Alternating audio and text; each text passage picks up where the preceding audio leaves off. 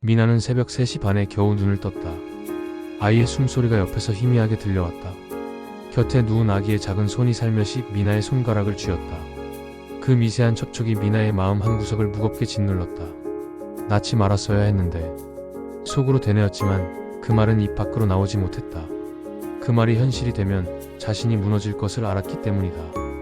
낡은 다세대 주택의 벽을 타고 들어오는 새벽 공기는 차갑고 습했다. 미나는 머리를 가누려 고개를 돌렸다. 사회복지사로서의 그녀는 아침이면 출근 준비를 해야 했다. 그곳에서 그녀는 도움의 조력자였지만 이 시간만큼은 도움이 필요한 사람이었다. 센터로 가는 버스 안, 미나는 마음속으로 명령했다.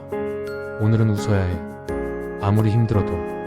그러나 마주치는 동료들의 눈빛은 경쟁과 불신으로 가득했다. 성과 평가, 지원금 할당, 한정된 예산 아래 모두가 지쳐 있었다.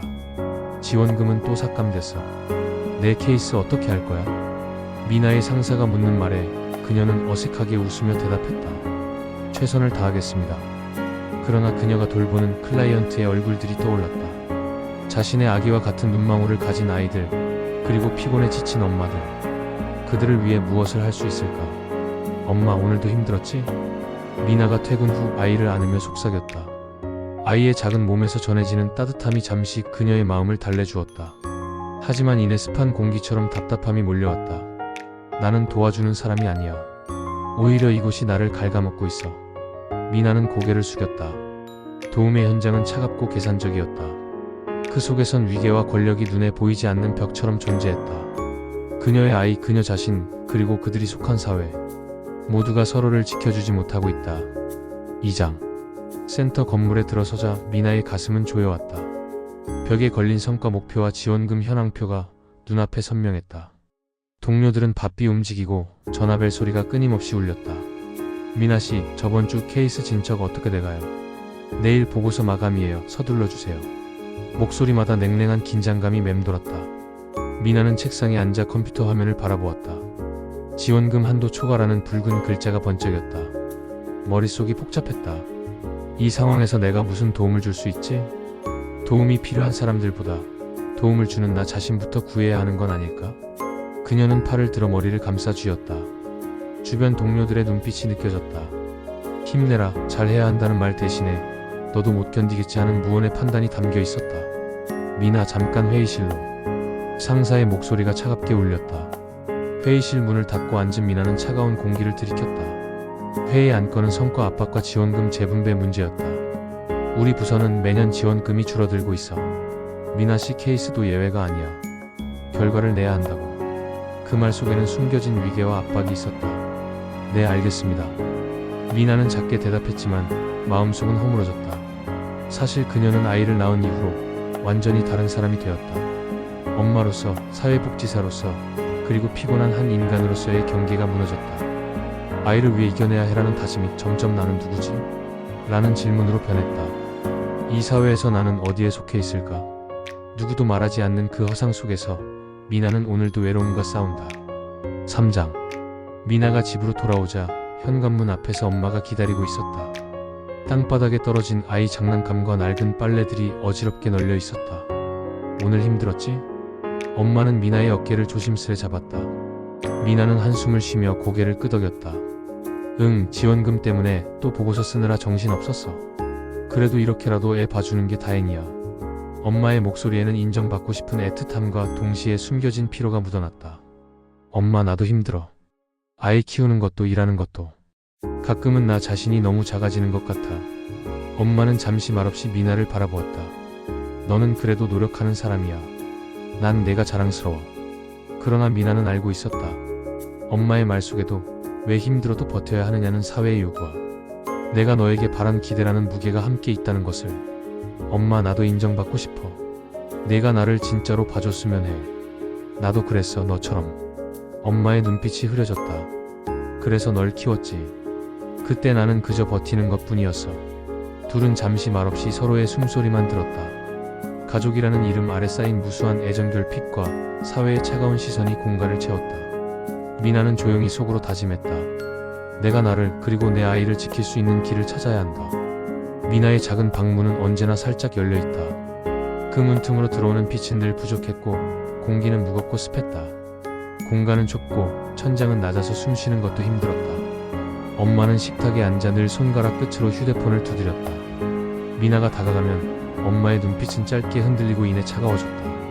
너 진짜 그 아빠 생각은 안 해? 엄마가 무심하게 던진 말은 차가운 얼음처럼 미나 가슴에 박혔다. 미나는 대답하지 못했다.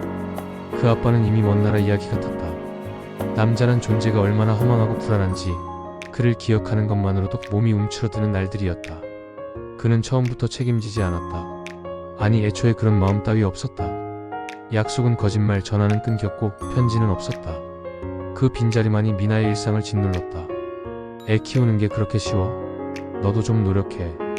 이게 내 인생이야. 엄마는 한숨을 쉬며 미나에게 책임감을 강요했다. 하지만 그 말은 격려가 아니었다. 그건 곧 내가 어떻게 해도 실패할 거야 라는 선언과 같았다. 미나는 방 한구석에 웅크린 채 천장에 난 작은 금을 바라보았다. 그 금이 점점 벌어져서 자신을 삼킬 것만 같았다. 숨이 막혀오는 이 공간, 그리고 그 공간을 채우는 사람들의 냉담함. 아이를 키우는 일은 꿈이 아닌 감옥이었다. 밖에서는 사회복지사의 따뜻한 웃음과 진심 어린 조언이 들렸지만 그 속엔 알 수 없는 위계와 성과 압박, 그리고 무자비한 경쟁이 숨어 있었다. 지원금은 희망이 아닌 빚이었고 조력자라는 이름의 사람들은 또 다른 감시자였다. 그 모든 것이 미나의 하루를, 그녀의 작은 세계를 점점 더 무겁게 짓눌렀다. 그리고 미나는 그 속에서 자신이 사치임을, 한낱 부담임을 깨닫는다. 약을 먹고 나서 미나의 몸은 무거웠다. 눈꺼풀은 스스로 감기는 듯했고 머리는 흐릿했다. 신경을 안정시키는 약의 힘이었지만 졸음은 어쩔 수 없었다. 미나는 조심스레 회사에 연락했다. 죄송합니다. 잠시 진단서를 내고 휴직을 신청하고 싶어요. 수화기 너머로는 짧은 침묵이 흘렀다. 그럼 절차대로 제출해주세요. 업무에 지장이 없도록 하시고. 말끝에 담긴 차가운 무게를 미나는 느꼈다. 그녀가 일하던 사회복지기관은 겉으로는 따뜻한 곳이었다. 하지만 내부는 냉랭한 위계와 권력의 굴레가 얽혀 있었다. 미나씨, 아직 회의 자료 제출 안 됐는데요. 상사의 톤은 단호했다. 네, 몸 상태가 안 좋아서. 몸 상태야 알겠는데 일은 해야죠. 우리가 여기서 누구한테 기대는 줄 아세요? 미나는 말문이 막혔다. 옆자리에서는 한 동료가 조용히 눈치를 줬다. 쉬는 동안 우리도 일은 계속 돌아가야 하니까. 맞아요. 병명이나 증명서가 있어야 인정받는 거죠. 사회의 복지와 연민을 다루는 자리지만 그 속엔 냉혹한 성과주의와 통제가 자리잡고 있었다. 미나는 창밖을 바라보았다. 회색 빌딩 숲 사이로 빛 한 줄기조차 쉽게 스며들지 않는 듯했다. 쉬는 동안에도 그녀는 그 위계의 그림자를 떨쳐내지 못할 것이었다. 진단서를 낸 미나에게 상사는 딱딱한 말투로 말했다. 인수인계는 빨리 끝내세요. 업무 공백이 길어지면 안 되니까요.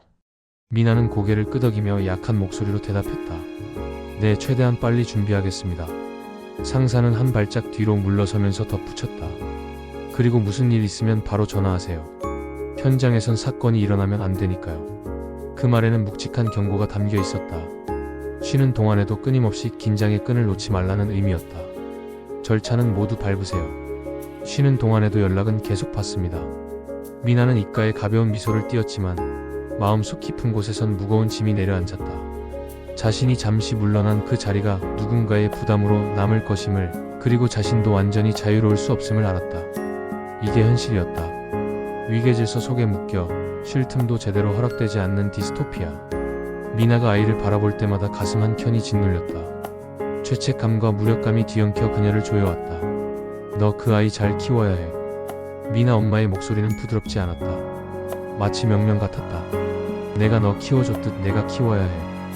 이 세상에 도움 안 되는 사람은 없어야지. 미나는 엄마의 말을 들으며 점점 작아져갔다. 엄마는 말하지 않았다. 아이 낳지 말라고. 그 대신 그녀는 미나를 짓누르고 집안일과 아이 돌봄에 매달리게 했다. 마치 노예처럼 쉴 틈 없이. 힘들면 말해. 하지만 너가 포기하면 안 돼. 이건 내 선택이었으니까. 그 말 한마디가 미나를 더 깊은 절망 속으로 밀어넣었다. 엄마는 사랑한다면서도 사랑하지 않았다. 미나를 자신의 통제 아래 두고 싶었을 뿐이었다. 그 속에서 미나는 점점 자신을 잃어갔다. 아이를 사랑하지만 사랑이 무거운 짐이 됐다. 엄마의 욕망과 기대에 짓눌려 스스로도 모르게 노예가 되어버린 자신을 보았다. 그 고통 속에서 미나는 한숨을 쉬었다. 이게 내 삶인가? 숨막히는 현실 앞에서 미나는 조용히 무너져갔다. 미나는 하루하루 몸과 마음이 점점 더 무거워지는 걸 느꼈다. 아이를 돌보는 일은 끝없는 책임감이었고 직장에서는 쉴 틈 없는 업무와 냉정한 위계 질서가 그녀를 지쳤다. 집에 돌아오면 엄마가 기다리고 있었다. 엄마의 말은 날카롭고 무거웠다. 애 낳는 게 그렇게 쉬운 일이냐? 너 때문에 내가 얼마나 고생하는 줄 알아? 미나는 속으로 울었다. 엄마는 딸이 힘들어하는 모습을 보면서도 그 고통을 너의 탓으로 돌렸다. 엄마는 자신이 겪었던 답답함과 두려움을 미나에게 그대로 투사했다. 엄마는 미나가 자신의 기대에 못 미친다고 느낄 때마다 그 아픔을 딸에게서 되풀이해서 보는 것 같았다. 그건 마치 자신이 걸었던 길을 미나도 반드시 걸어야 한다고 믿는 듯했다. 미나는 그런 엄마의 시선을 견디기 힘들었다. 엄마의 말 한마디 한마디가 마치 자신을 옥죄는 밧줄 같았다. 너는 나처럼 되지 말아야 해. 하지만 엄마 자신도 왜 그렇게 말하는지 정확히 알지 못했다. 그것은 엄마의 내면 깊은 곳에 숨어있던 두려움과 후회, 그리고 자신을 보호하려는 마음이었다. 이렇게 엄마와 딸은 서로를 이해하지 못한 채 각자의 상처를 가슴에 안고 있었다.